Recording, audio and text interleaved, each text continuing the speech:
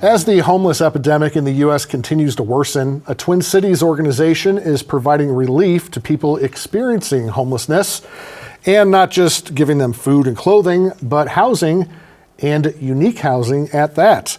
To tell us more about the proposed shelter village is the CEO of Home Sweet Home Ministries, Matt Burgess. Matt, thanks for coming in. Thanks for having me on.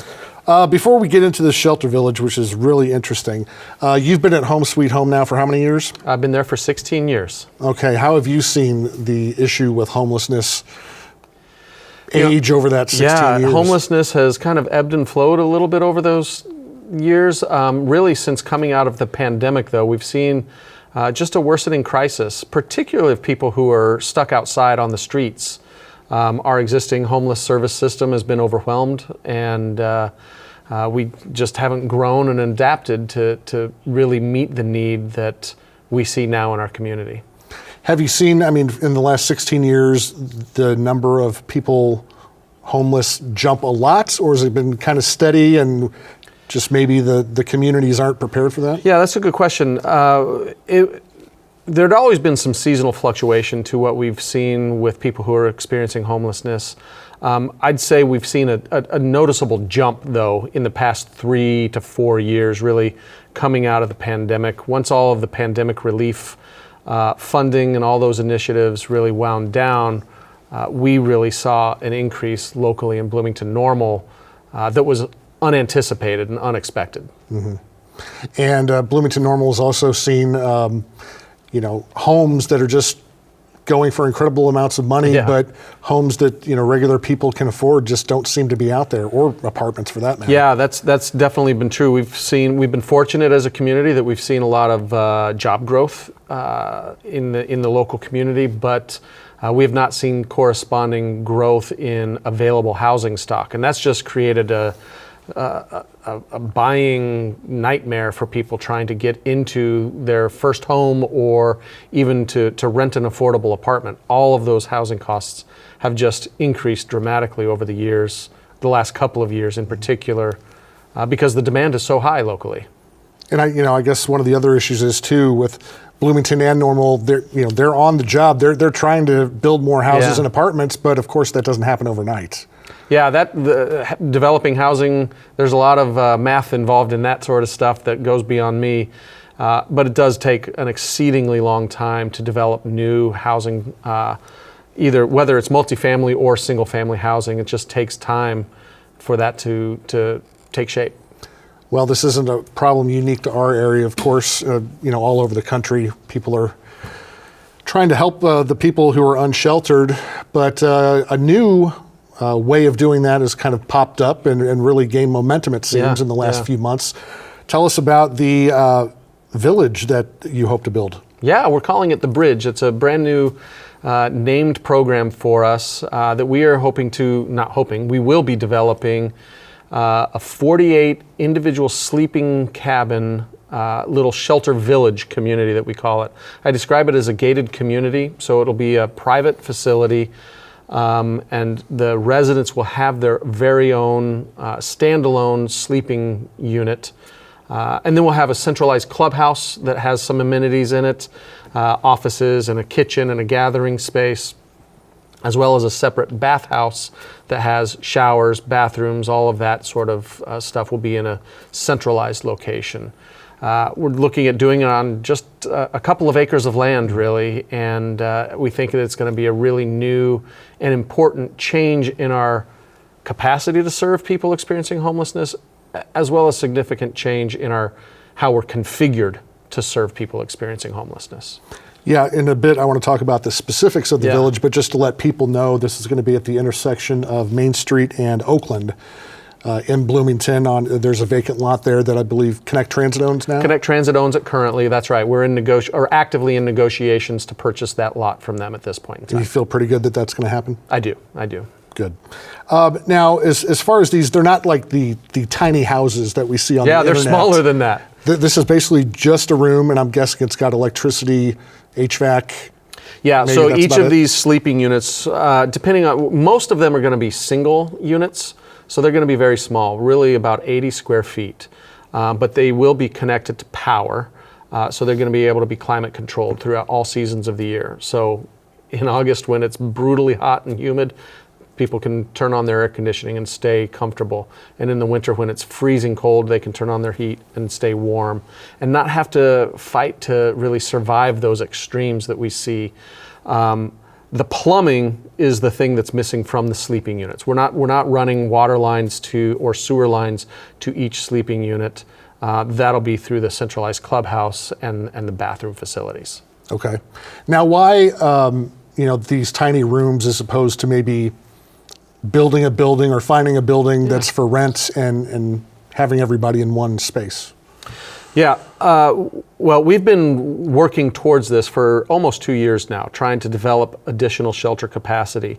Early in that 2-year time frame, we really investigated what type of shelter that we needed to develop. And we came back to what is just often described in the field of homeless services as non-congregate shelter. And that means that we're not expecting people to sleep in a big bunk room with multiple beds in the same space, not expecting people to share spaces like we do in our traditional system.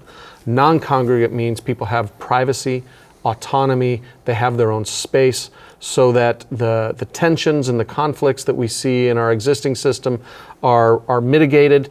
And really it allows for us to serve some people who aren't able to be successful in that group accommodation setting, who maybe have more active mental health symptoms or have a more significant trauma history, and they need to have more separation from other people.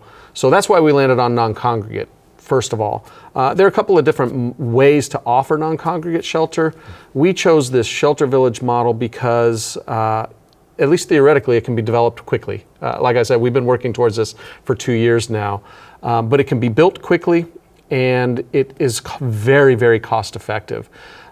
In contrast to purchasing and renovating a large building that will cost multiple millions of dollars, we're looking at purchasing this land, building these 48 sleeping units, a clubhouse and a bathhouse, for under $3 million total capital development costs. So it's a cost-effective, rapid, and thoughtful way to expand our service system. Sure. Well, since you brought up money, who's going to be paying for this? Yeah, we're committed to this being a public-private partnership. We're not relying solely on public funding. One of the unique things about Home Sweet Home Ministries is the vast majority of our operating budget is funded through private donations. We're blessed by the support from our local community and have been for over 100 years. And so we have some capital reserve money that we have stewarded for just this type of a purpose. So we'll be using a considerable portion of that capital reserves, but we're also getting some funding through McLean County. McLean County has funding that comes in to support mental health and public safety initiatives, and this shelter project is connecting people to mental health and substance use disorder services, so we're eligible to receive funding through that. We were actually the sole respondent to the grant opportunity that they released at the beginning of the year. And so, we stepped up and we said that we will take this on and utilize that funding as part of the way that we're going to get it done. And the town of Normal, city of Bloomington have given you their blessing for whatever that's worth? Both the city council and the town council from Bloomington and Normal have both unanimously passed resolutions endorsing and encouraging the transaction between Connect Transit and Home Sweet Home Ministries for our purposes of developing that specific parcel of land for this specific project. And there's always people who say, this is great, but I don't want it in my backyard. Sure. Have you come across a lot of people who have those concerns? I wouldn't say a lot. Definitely there are some nearby neighbors that live within a couple of blocks that have expressed some concerns. And we always knew that would be the case no matter where we tried to expand shelter services.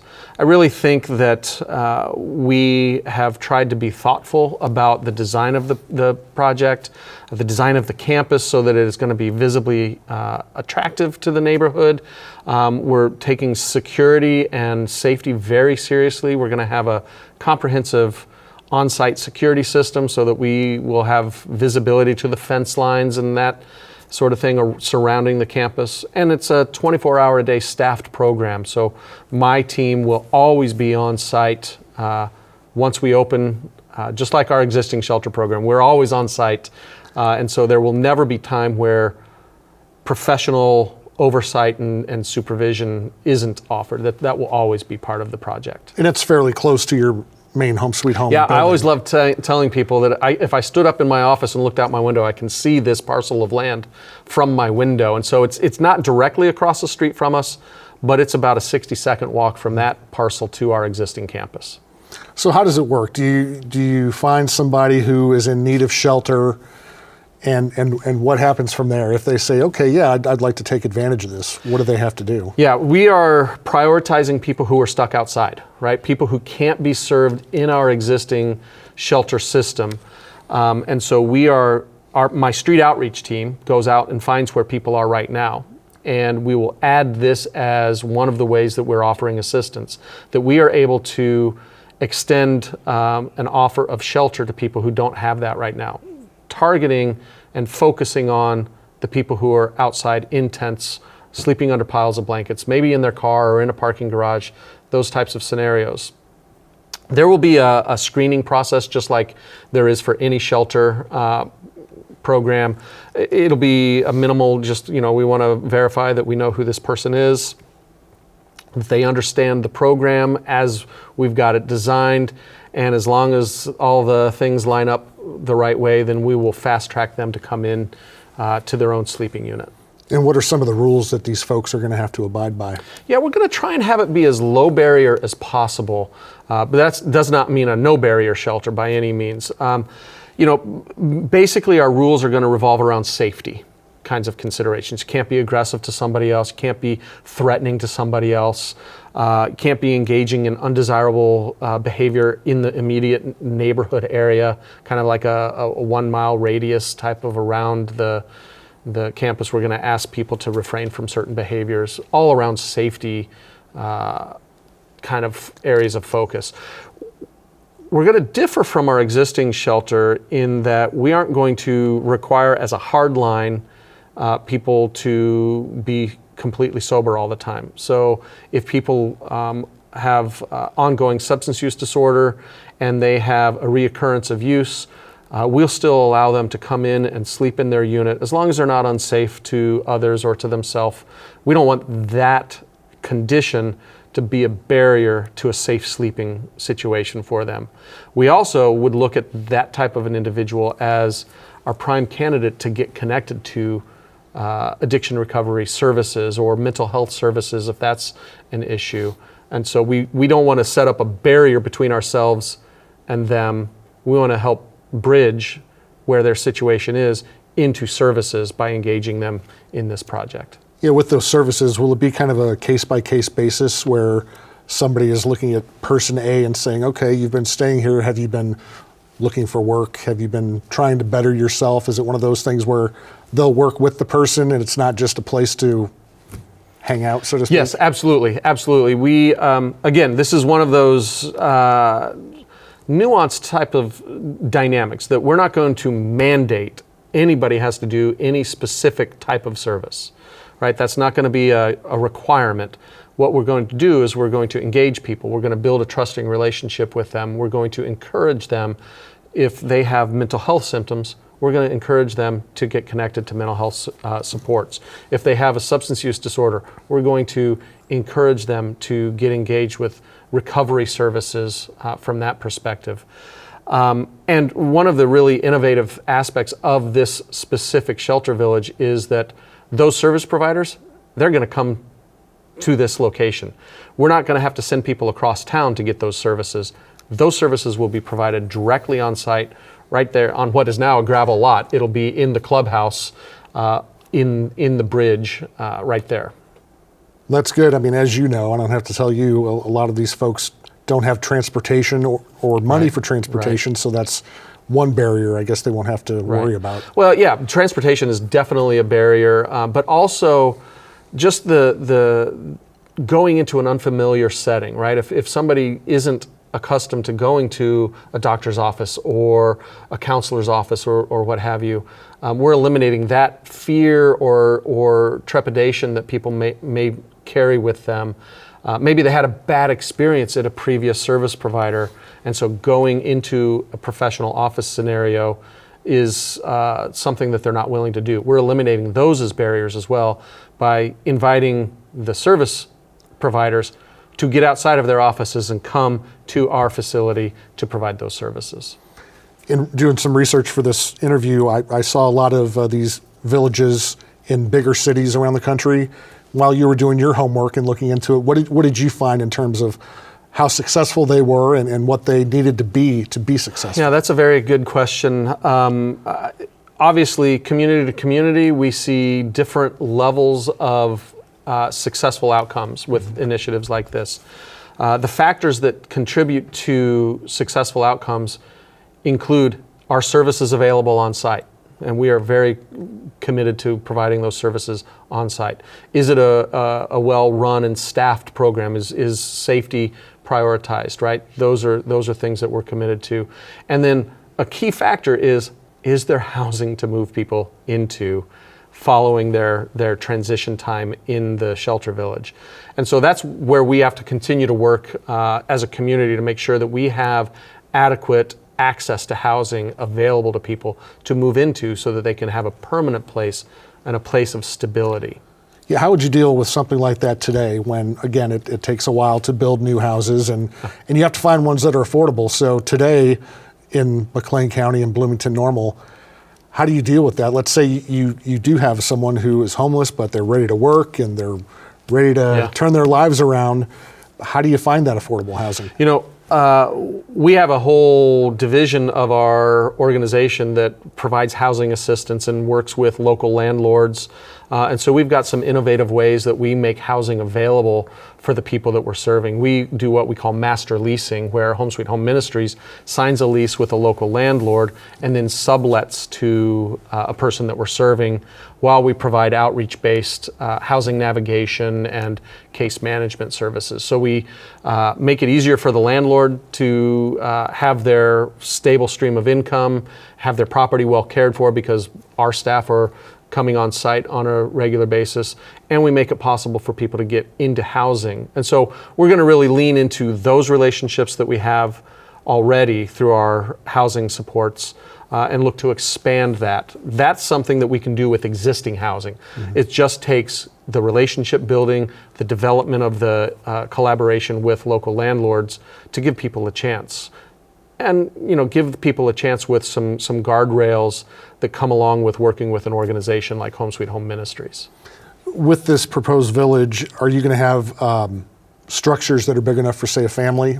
If husband and wife and child, or maybe just a mother and child come in? We don't intend to serve households with minor children in the bridge. Okay. This is really just for adult households. So we do have a number of cabins that will be built to provide accommodation for a two-person household, person household. But I always cite the bathrooms are kind of going to be in a centralized location. They're not going to be attached to the unit. And so if you have a small child that has to go to the bathroom in the middle of the night, it's just not a good logistical setup to send that child across the way to go to the bathroom. That's one of many reasons why we're not looking at serving families with children. Mm-hmm. But we do have some capability of providing accommodation for two adult households. Okay. I want to talk to you about a few other issues regarding Sure. the homeless issue going on. We talk about encampments in the Twin Cities, and there's one known as the AutoZone encampment because it's near an AutoZone. Yeah. But it's right by a creek that I know is going to have some major sewage work done coming up very soon. Yeah. So is there a plan in place yet on how to peacefully and respectfully move those folks out of that area? Yeah, I think there is. In fact, that was the meeting that I had immediately before coming to talk to you was a meeting that I had with the town of Normal and a local organization trying to figure out if we can locate another spot for the tents to relocate to. But really, we've been for the past couple of months working with the individuals in that encampment making them aware that this June 1st deadline is approaching. So we've been communicating that routinely for the past couple of months, working with people, helping them find other options. We've been bringing people into our shelter when space opens up and we have the ability to do that. And so we've been approaching the June 1st deadline with a plan, but I think it's an overstatement to say we have a great plan for where people are going to go, right? We're going to do what we can to provide shelter, but the reasons that people are in tents don't just evaporate because we reach a date on the calendar. So we expect many of the people who are in that encampment currently to relocate their tents elsewhere. We hope to keep track of them, but that's one of the things that we know when they relocate, sometimes we lose track of them, and it takes us a while to reestablish contact. Sure. Another issue today, as we're taping this, there's the budget reconciliation bill, and it's looking at cuts to SNAP, or the Supplemental Nutrition Assistance Program, food stamps as it used to be called. What kind of an effect do you think it'll have if that goes through on the services you guys have and just what people are doing in Bloomington normal as far as trying to survive? Yeah, I think it would be reasonable to expect we will see an increase in need for food assistance if that resource gets cut from many of the people who are getting that right now. We would expect to see an increase in numbers of people coming into our dining center. We provide meals every single day of the year to people in the community, and we would expect to see those numbers increase. We'd also expect to see numbers increase for people coming to our low-income food co-op, our other significant food assistance. And I think our colleagues that operate food pantries or other feeding assistance programs across the Twin Cities would say the very same thing, that they would expect that the numbers that are already fairly substantial, we would expect them to go up even more. Those other agencies in the Twin Cities, are they involved at all with the shelter village or helping you guys out at all with that? We have multiple nonprofit partners that are going to come in and provide their services on site. I've been referencing mental health services and substance use disorder treatment services, but we're also going to have other agencies that do housing navigation, the local federally qualified health center. They're going to send their mobile health unit on site, and different organizations like that. Our youth homelessness organization, they're going to operate on standby. If we have somebody in that target age range, they would come and provide us with assistance. So yeah, we have multiple nonprofit partners. As far as running the shelter village itself, I mean, that's really a home sweet home responsibility on us. And you said before about $2.6 million to build it. Is that right? Yeah, that's what our most recent construction estimate is. And what about the upkeep in terms of what it costs to upkeep it? And operating budget is a different thing than the capital budget, right? Right now our operating budget comes in right around $700,000 a year to run that 24 hours a day, 7 days a week, with always having 2 staff on site. Most of that $700,000 is paying for the staff providing the services on site, and then a portion of that would be for insurance and utilities and grounds maintenance, those types of things. But the vast majority is staffing for the shelter program. With this now looking like it's really going to happen finally after a few years of talking about it, have you gotten a sense of excitement from donors, corporations, things like that in the Twin Cities? Absolutely. And that makes me feel a lot better and a lot more hopeful about our ability to get this done in the time frame that we're trying to get it done. In fact, for the past couple of years, as we've been talking about this concept, I've had multiple conversations with donors and people who want to volunteer, who've said, let me know when you're ready. So I have a growing list of community partners that we'll be talking to garner support. I'm excited. You know, it looks like all sorts of different offers, right? Obviously, looking at financial donors is a big part of what I'm doing, but offers of skilled labor and things like that have been part of the picture as well. Artists wanting to be involved in doing some kind of beautification for the campus, different things like that. Even our Water Reclamation District folks have said that they want to partner in meaningful ways and helping get the project done. And so it's been a really encouraging and momentum building dynamic that we've experienced. It's good to have an open-minded community Yeah. when you're talking about things Yeah. like this. You know, I think it's an indication that there is recognition that this is a community issue. This isn't a home sweet home issue. This is a community, a Bloomington, Normal, McLean County issue, and we need to all share in ownership in addressing it. Real quick before we leave, when do you hope to break ground? We hope to break ground in early July. With the negotiations taking the time that they're taking, we expect to close on the purchase of the property by the end of June, with a fairly immediate turnaround to start to get shovels in the ground. All right, it's going to be interesting to see how this works, and I'm sure a lot of other communities around Central Illinois will be watching you too to see how it works. I've already had conversations with friends in Peoria and in Champaign about this project. All right, very good. Well, Matt Burgess, CEO of Home Sweet Home Ministries, I know you got a lot of work ahead of you, but we wish you the best of luck. Thank you. Thanks for having me on again. All right, thank you. And thank you for joining us. You can check us out anytime at WTVP.org and on Facebook and Instagram. Have a good night.